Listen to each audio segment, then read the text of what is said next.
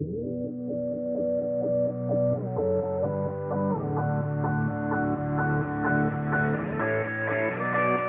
to your Coastrek journey. You're about to take on a life-changing adventure with your team. We're really excited that you're here with us, and we're here to deliver to you our top tips so that you get the best out of your training journey and that you have the most fun on event day.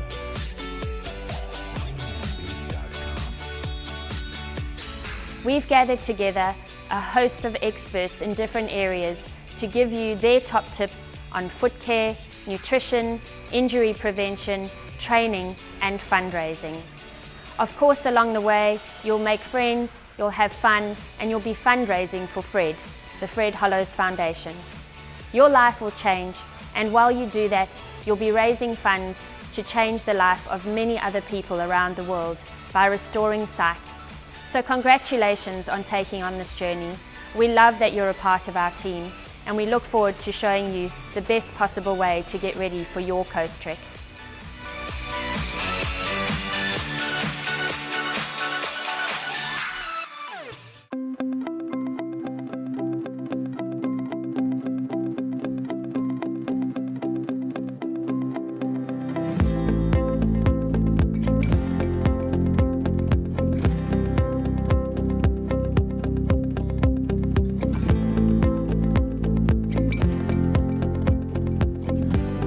You've taken on Coastrek as a team challenge.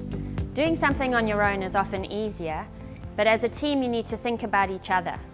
My top tips to you as a team player are: always be aware of your teammates and how they're going. Put the slowest person at the front and alternate who's leading and who's at the back, so no one person is at the back for too long. Take your toilet stops together. You'll save a lot of time and energy. Make sure you understand each other's goals. For some people, their goal may be just to get to the finish, and for others, they may have a specific time goal in mind. As a team, you guys need to come up with what works best for you. Some of the Coastrek route might involve some soft sand sections. Don't panic, there's nothing to worry about. Just do some in your training and take on our top tips. My advice to you is that when you're training on soft sand, you're working to get your heart rate up and to build strength in your feet and your legs. Vary your pace and try the difference between a run, a soft sand shuffle or a walk. On event day, your goal is to preserve your energy and stay injury free. So I would recommend slowing down and doing the soft sand shuffle to take the pressure off your hip flexors. When you take on the soft sand shuffle, try and get your toes really deep into the sand, toe first, as if you're a ballerina. You can either take your shoes off and give your feet a break, or keep your shoes on and then put on some cuffs or gaiters, which will help to keep some of the sand out of your shoes. Take on some of the soft sand challenges that we've thrown into our 12-week training program to really work out how to train best on that surface. Wild Women on Top are the experts in trek training for adventure. We've put together for you a program which we've given to many of our clients over the years. It's a combination of trek training, high intensity interval training, and some fun recovery sessions. We'll deliver this to you over a 12-week period. You'll be doing some training on soft sand, bush tracks, trails, hills, and then using your own program or routine to throw in some high-intensity interval sessions. One of my top tips for teams that take on Coastrek is focus on the things that you can control and forget about those you can't. One of people's many fears are that it's going to be very hot. If it's hot on the day, or indeed if it's hot during training, take some of our top tips from our training guide. Some of those are to carry a bandana and keep it wet, hang it around your neck. It really does help to cool you down. I love to carry some icy poles too if I'm going out on a big team training session. Most importantly, be willing to change your training session if a hot day is expected. Stay near the water, get wet as often as you can, wear light clothing, not black lycra pants, and make sure you keep an eye on your team members for any signs of heat stress. One of the exciting parts of taking on a challenge in nature is that you're going to be exposed to many different elements. My top tip to you and your team is to train in all weather, besides lightning storms and extreme heat. But for example, on a rainy day, don't cancel your training session. It's a perfect opportunity to try out your training gear and to see what it's like to walk for a long distance over many hours in the rain and wet. Make sure you take a spare pair of socks, have a good waterproof rain jacket and some spare clothing in your pack to change if you need to. For some of you, you may be walking at night, or if it's just a cold day, I highly recommend packing some merino layers. Some of my favorite brands are Icebreaker. They dry quickly and they keep you warm if you layer them up. Most importantly, a windproof or rainproof jacket that you've actually tested out in the rain is one of the best pieces of gear you can carry with you. The temperature can drop significantly from the daytime to the nighttime, and I highly recommend that you go prepared for any weather. An important part of your training program will be your long distance walks. These are often the bits that we find the most fun. But I must warn you, don't take on too many one after the other and load up many junk miles because you can be prone to injury. In our program, we show you how to build up the distance over several weeks and use the long walks to practice the route if you can, or use it to try out your gear, your hydration, your nutrition, and your team tactics. Trek training is team training in nature. We love to go explore the bush trails, coastal tracks, stairways and hills and use our body weight and sometimes add weight to our pack to get a full-on workout. It's not just your physical being that will benefit from trek training, it's your mental being too. It helps build mental toughness as you take on some of the high-intensity intervals or stair repetitions. It's also a great way to challenge yourself in many different ways, using a pack, poles, body weight exercises, and lots of different surfaces out in nature.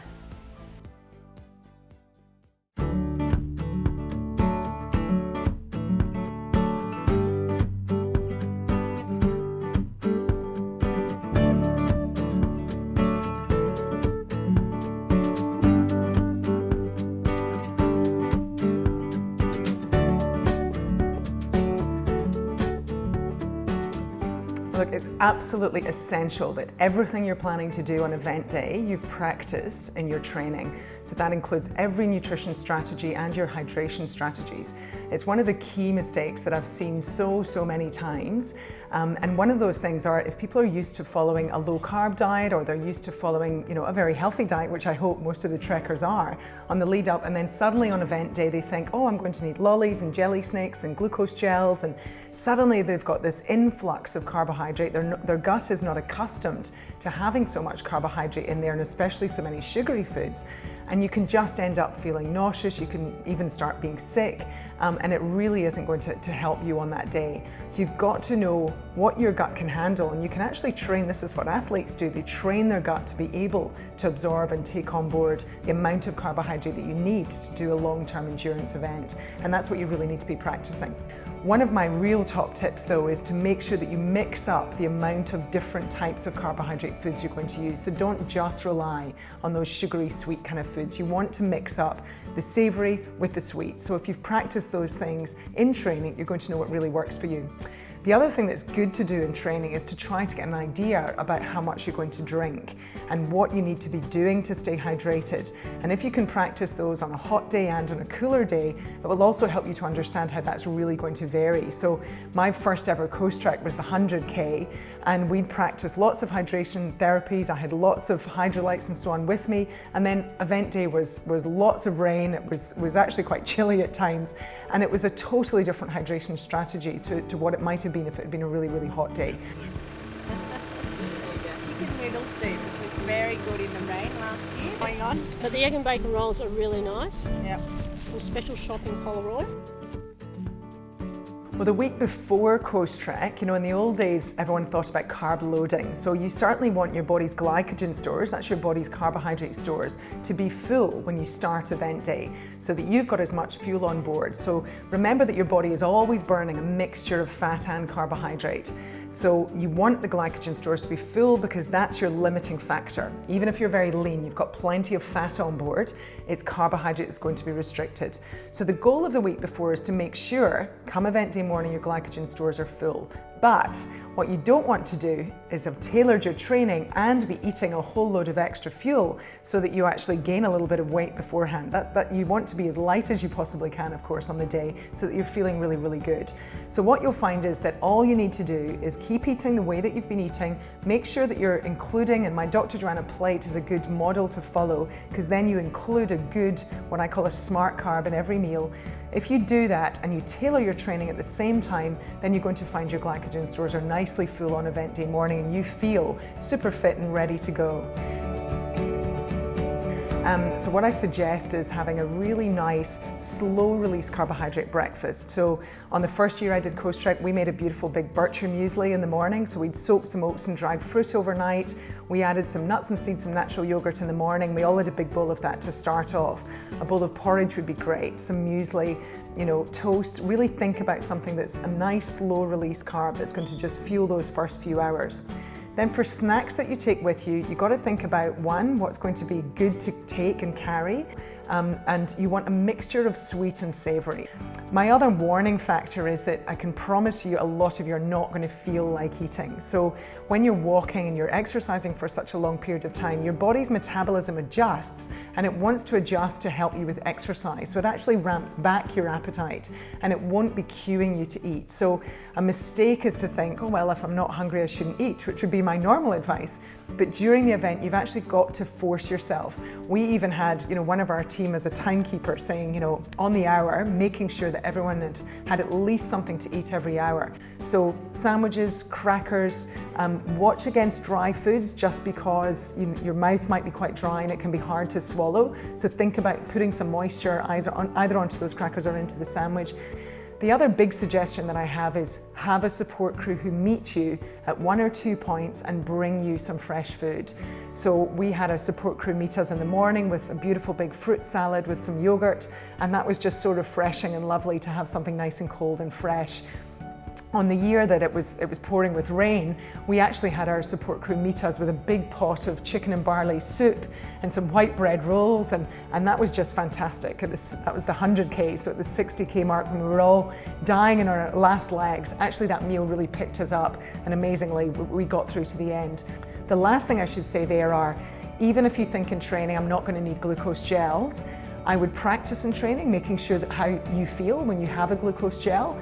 A glucose gel with caffeine can be just the ticket to get you across the line when you're at that last 10, 20 Ks. And have those as emergencies. I've had them in emergencies every Coastrek I've done, and I've always used at least one. So it's a really good way just to give you that final lift when you're into the final stages of the event. The last thing to think about then is your hydration. And what I recommend is that you fill your Camelback with water so that you've always got water to drink and you sip on that regularly. And then you have a 600 ml bottle that you carry in the side of your pack and you use that with your Hydrolyte. In case of a hot day, I would be having at least 6 little Hydrolyte packets in your pack and replenish that bottle all the time so that you make sure that you're drinking the Hydrolyte as well as a mixture of the water. When it's on event day, it's really important that you keep looking and watching all your team members. So I recommend staying together. I've seen teams where 2 are going ahead because they're quicker and there's someone lagging behind. If you let that happen, you can't be keeping an eye on each other. And it is highly likely that at some point someone is going to hit the wall if they haven't got their nutrition or their hydration right. Now, what to watch out for is if someone is lagging behind, if they're unable to keep up, if they go very quiet and they're not talking to you, you might even get to the point, it hasn't happened in any of my teams, but it did happen to one of my team members when she did it the year before. Her team members noticed that she was slurring her words, that she was suddenly a bit unsteady on her feet, And they recognised it straight away, got her to sit down, and what was happened was her blood sugar levels had really dropped. She hadn't been managing to eat enough, and she was hitting the wall, quite literally hitting the wall, which means your glycogen stores are bottomed out and you just haven't got any carbohydrate there. So what to remember is you cannot run on fuel alone. So if that happens to you, you must get carbohydrate. So if you notice that happening to one of your team members, you want an immediate source. A glucose gel is great. Get some sports drink or get some of the Hydrolyte. There is a little bit of carbohydrate in that Hydrolyte. Get that into them. Get them eating again as soon as possible. So if you've got glucose little tablets, something like that, so that you get an instant energy hit, and then they need to eat something much more substantial. And for the rest of the event, you have to get them eating at least every half hour, if not every quarter of an hour, because their body's replenishment is gone. So you need to make sure there's enough coming in through the mouth.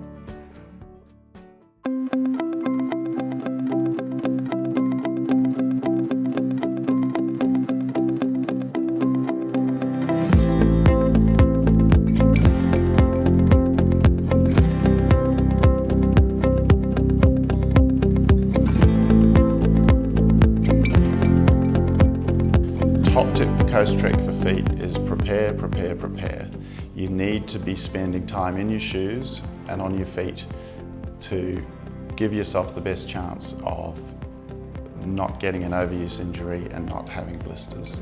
Your feet need time to adapt as you train, and you need to spend time identifying whether you're going to develop an overuse injury or whether you have a risk of developing blisters.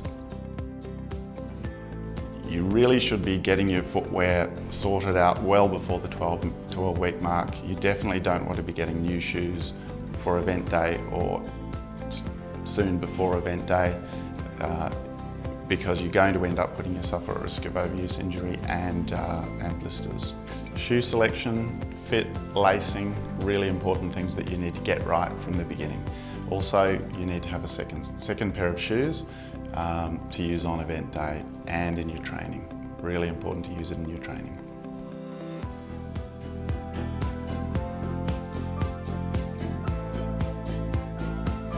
Last year in Coastrek, it was a fine day, and I think a lot of people would use the same pair of shoes. The year before, it was wet, and most people were changing their shoes because they were getting wet, they were full of sand, and when you've got a wet, sandy shoe, you're at high risk of blisters. So I highly recommend a second pair of shoes. The type of footwear that you should choose for Coastrek should be suitable for trail running, trail walking. It should be cushioned, should be stable, should have a good grip, and it should, really importantly, should be comfortable at initial fit. If a shoe isn't comfortable at initial fit, you're bound to have problems. Moisture wicking socks are essential to be worn. You can have wool, merino wool, or you can have synthetic, high-tech synthetics, which work quite well as well. It just depends on your skin type as to which one you prefer. Moisture wicking socks are really important as they draw the moisture away from the foot, the skin of the foot, and you're far less likely to get blisters if you're wearing socks like that. Multiple pairs of socks in your bag is essential on event day and in your training. If you're wearing foot orthotics for your training for Coastrek and on event day, you really want to make sure they're in the best possible condition and that they're perfect for your foot mechanics.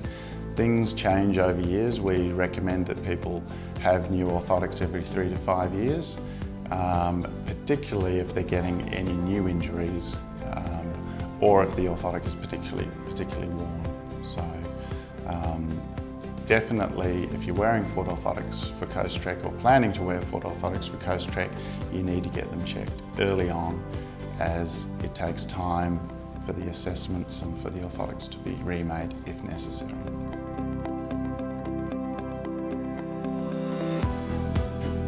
You're going to have to choose early on whether you're going to choose foot lubricants or blister prevention taping techniques to avoid hot spots and blisters.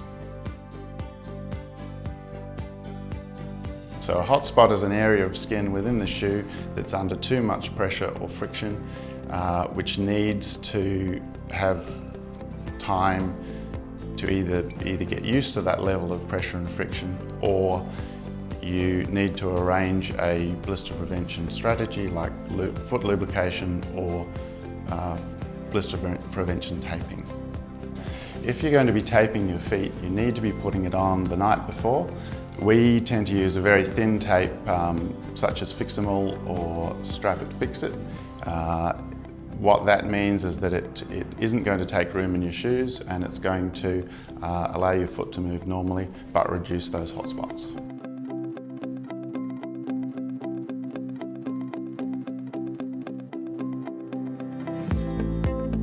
Lubricant as a blister prevention strategy can be really good for some people, and it can not work for others.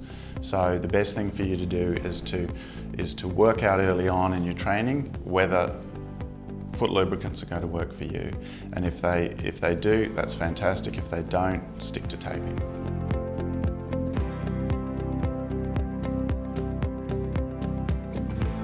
Footcare and footwear is really important during Coastrek event because you want to finish the event, you want to have fun during the event, and the last thing we want to do is we don't want to be seeing people in pain.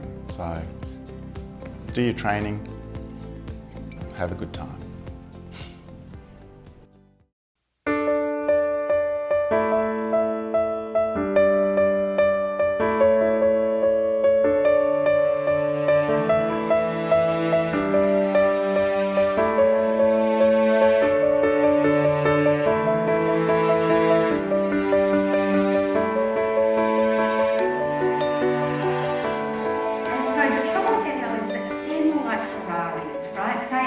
They've always been sporty, they love exercise, all that sort of stuff. I'm actually a bit more like this.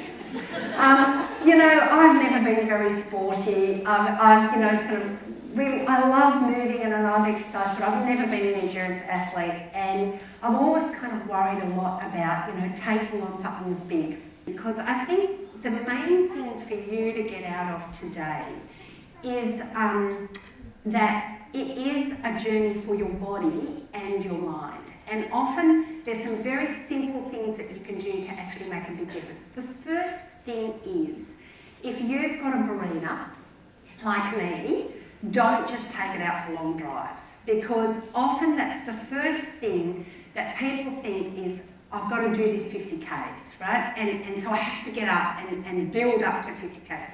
Now, in fact, within there is a Coastrek training manual, which is absolutely fantastic, and Lisa and the team have put it together. And if you download that, and there's dates in it about how many, like in this week, starting this week, aim for about 10 Ks. And then 2 weeks later, the long walk becomes 12.5 Ks. And then 2 weeks later, it becomes 15 Ks. So in fact, all you need to think about is all I need to do every 2 weeks between now and 4th of March is increase by 2.5 Ks. So in a week, what you'll see from this glog is that you've got basically a walk once a week that you're doing. Say this was what we did. The interval and strength part of it is incredibly important.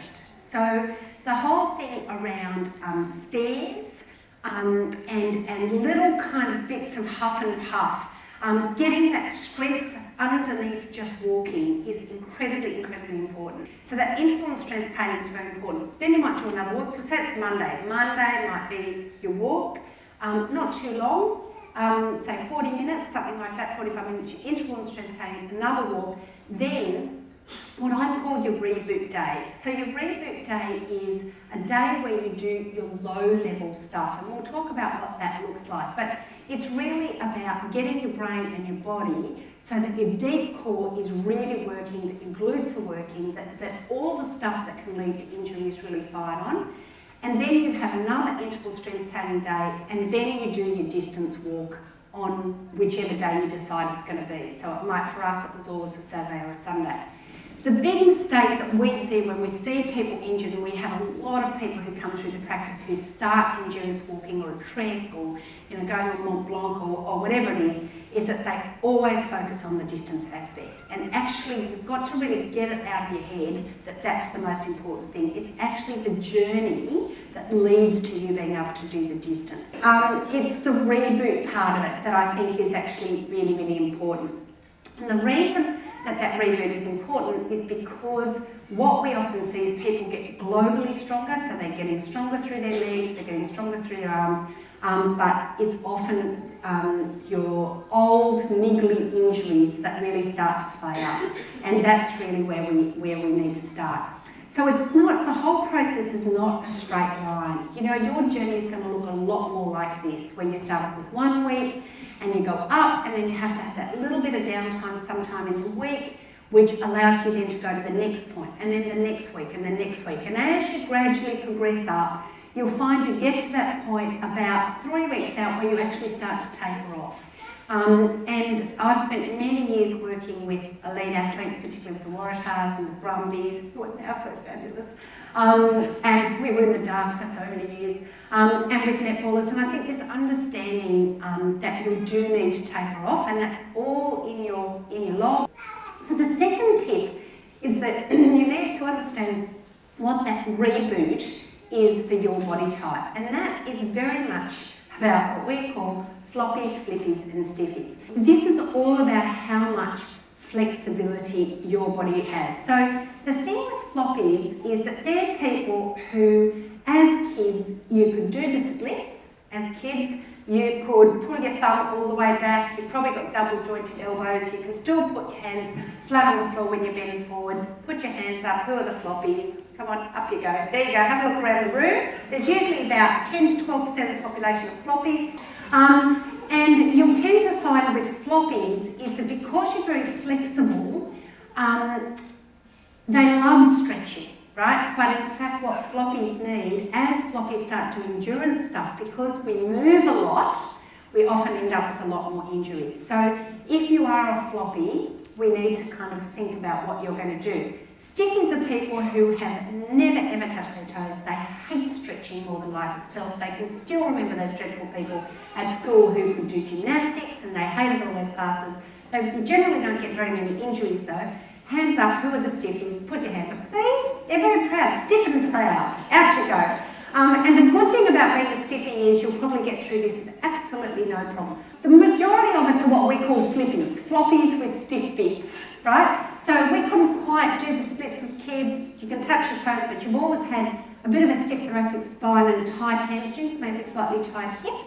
Who are they? Generally, have a look around. About 80% of us are flippies. And the thing with flippies, we need a bit of a combination chow mein. A little bit of stretching, a little bit of stability. So the more floppy you are, the more likely you are to get overuse injuries as you start to do endurance events. The stiffer you are, the more you have to work on your flexibility. So the third thing is this, that the secret to life is in your bum, right? And when it comes to endurance training, it's all about your glutes, right? It's time on your feet and how strong you can get what's called your lumbo-pelvic stability. So the thing is that if you think about walking, and Lisa was saying about her poles, the poles are fantastic, particularly if you're a floppy. Poles give you an incredible amount of, floppies and flippies should use poles, absolutely.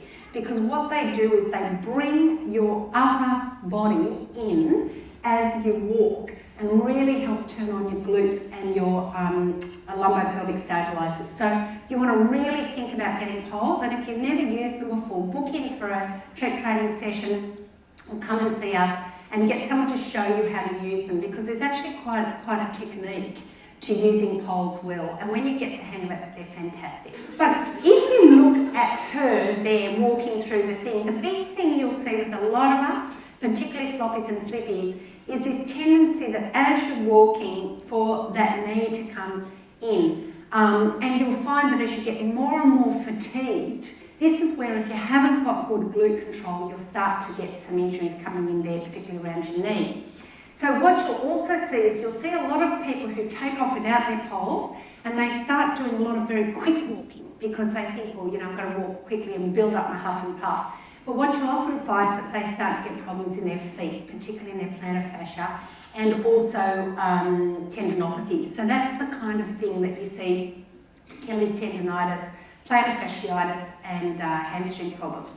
So one of the ways to really avoid that, and this is the beautiful Tom Carter, who was in the Waratahs for many years, but basically an exercise like this, which is just a really simple lunge, is a fantastic way to really start building up your control for walking, because as you can see, that if we sped that up, it would look like walking. And what you see is that it's that ability to turn on your glute and to turn off your hamstring and calf when you're doing that, that is really, really important. And this is where you really need someone to show you how you're doing your lunges, how you're doing your squats to really build up your endurance. Because if you don't, what starts happening is that you start compensating with your back instead of your bum. So what happens when you're walking, you'll often start to see people starting to get back pain because their glutes aren't kicking in. The next one that we see is going upstairs. I googled going upstairs and this is what I got. Seriously, just beautiful, isn't it? But what I wanted to show you is how his hamstring's not working. Because what's actually happening there is because his buttocks are a little bit on the floppy side, he's actually using his hamstring to get up there. I'll change it over there. Because what we actually want is as you're starting to do stairs, and both treks have got quite a lot of stairs. So you've got to, there's being able to get stronger in the way that you're doing your stairs makes such a difference.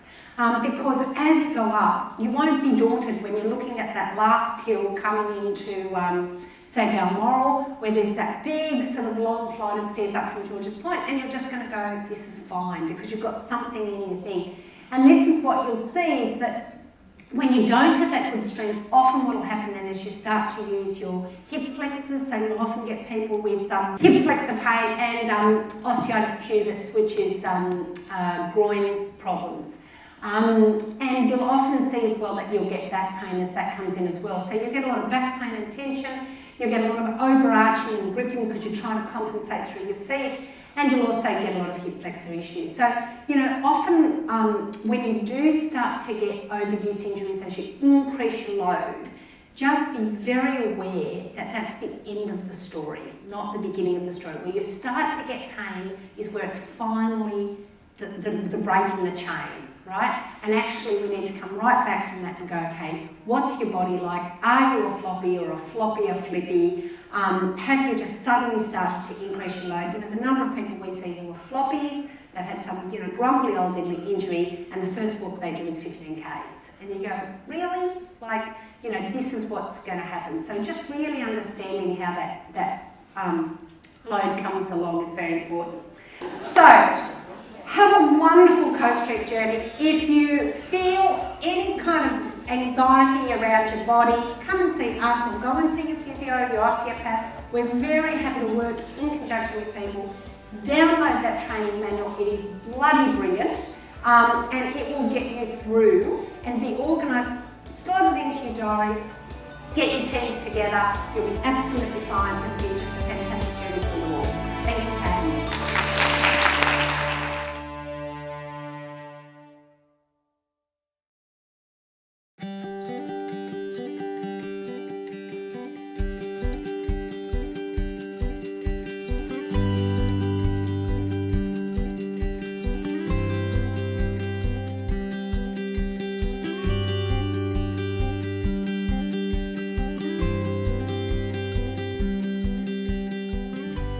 I'm incredibly proud to be part of a group of people raising money for the Fred Hollows Foundation because of all the many worthy things we could spend our money on and raise money for, I think the Fred Hollows Foundation has got some really special characteristics.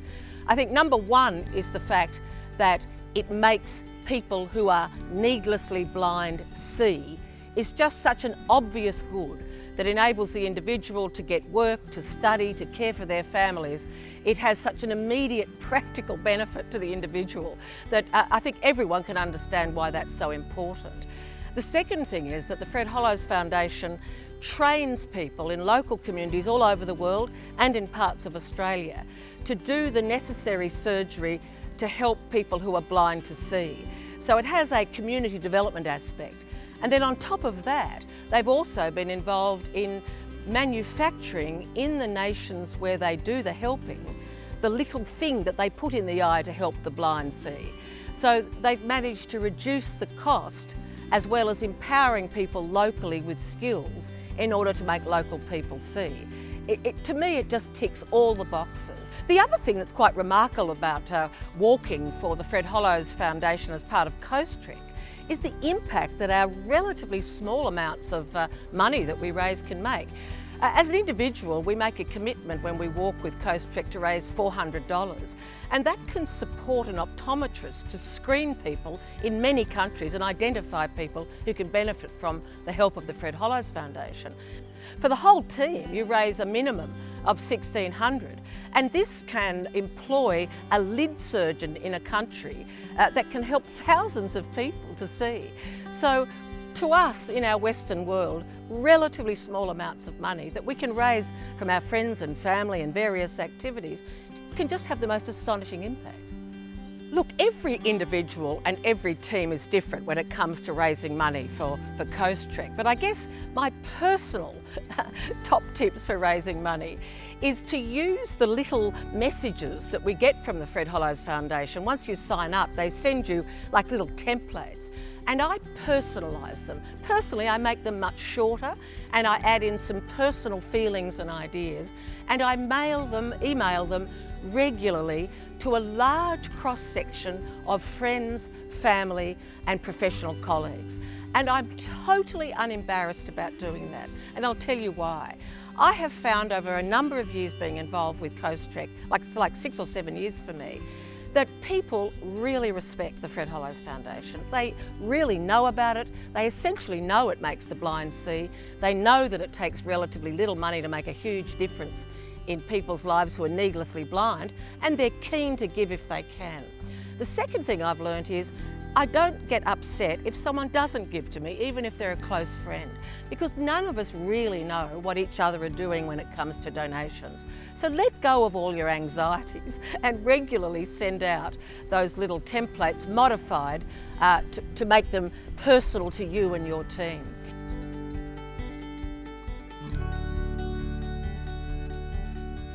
I've also personally got very involved with Facebook and with Twitter. Tweeting is relatively new for me, but I've learnt that you can attach images or documents to the very short message. It's not just a few little words. You can put on pictures and documents as well. And that's another great way to get the word out about you and your team and what you're doing. And I am classically into Facebook. I overpost, I'll be honest with you. But I've found people very responsive on Facebook. And of course, as they repost again and again and again, your message goes viral and really gets out there. But to be honest with you, I've relied exclusively on regular targeted emails, doing lots of photos of me and my teammates training all over the trail that we're going to walk, and uploading them onto my website, and often sometimes including those pictures in the emails that I send out. And people are so amazed to see us out there walking, red-faced with walking poles in my case, that I think they feel genuinely moved to give money. And I haven't found it hard to get more than is required. You know, people really support Coastrek, and we have quite a high profile now in the media, so people tend to know what it is. So good luck.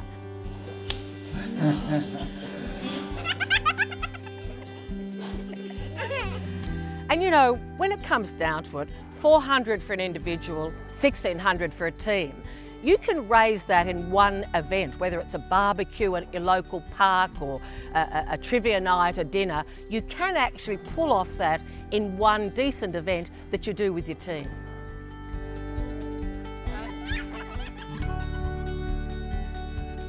When it comes to how I feel when I'm actually walking in Coastrek, it is one of the most thrilling parts of my life. I think it's because I'm out in nature, and walking out in wild places in ever-changing terrain with a bunch of like-minded people to raise money for a good cause, it causes a huge buzz and adrenaline rush within your body, but it's a kind of a deep spiritual thing as well. I've been involved with Wild Women on Top, the people behind Coastrek, for a long time, and they have enhanced the quality of my life beyond my wildest imagining. You know, this is something you will enjoy and remember for the rest of your life. So get involved in Coastrek. You won't be sorry.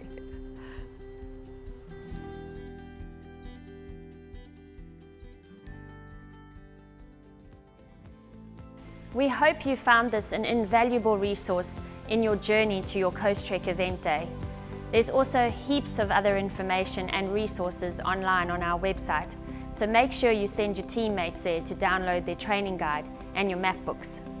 Wild Women on Top are the event organisers for Coastrek.